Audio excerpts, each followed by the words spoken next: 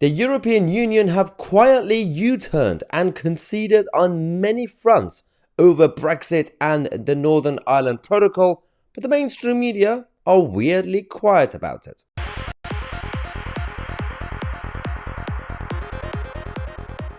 Funny, if we weren't for the actual press releases and statements from the Irish government and Brussels, we wouldn't find out a lot of stuff that happens inside the European Union, especially when it's related to the British government and our British interests. So we've been reporting on the Northern Ireland Protocol and all the negotiations over it. We had in the recent past, ministers coming out to say, and prime ministers coming to say, we should probably scrap the whole thing. We should trigger certain articles. We should renegotiate it.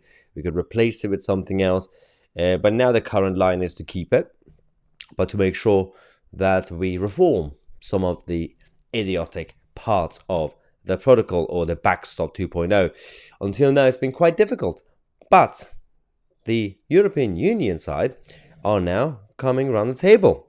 Tony Connolly from RTE from Ireland reported this, that the EU will now accept the principle that the GB goods shipped to Northern Ireland and staying there should be treated differently to goods moving to south into the single market, and as such will agree to a green and red lane model at ports as proposed by the UK.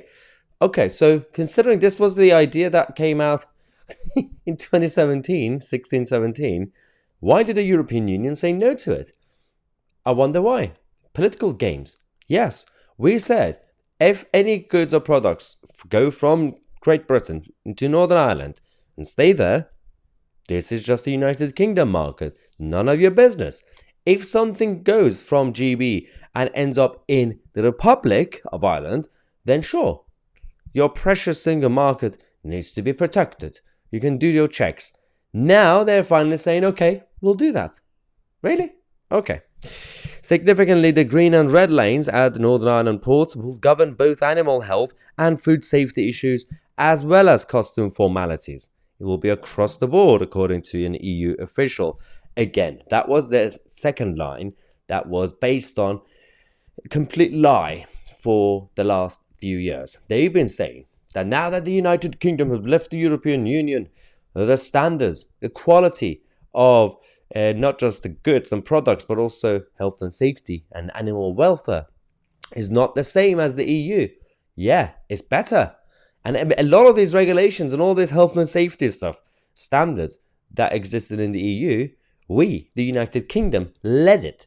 We were leading the movement anyway. So now that we left the EU, we could increase our standards. In fact, we should be more tough on EU products because they are no longer reaching and meeting our requirements. The cheeks on these people, seriously. Okay, and then final part, it says, such an acceptance will increase the chances that the EU and UK negotiators will reach an agreement on the NI protocol. The handling of the so-called sanitary and... Yeah, it said... Oh, don't get me started with this. Okay, so when it comes to the issues, especially when it comes to sanitary, this became an unnecessary big problem.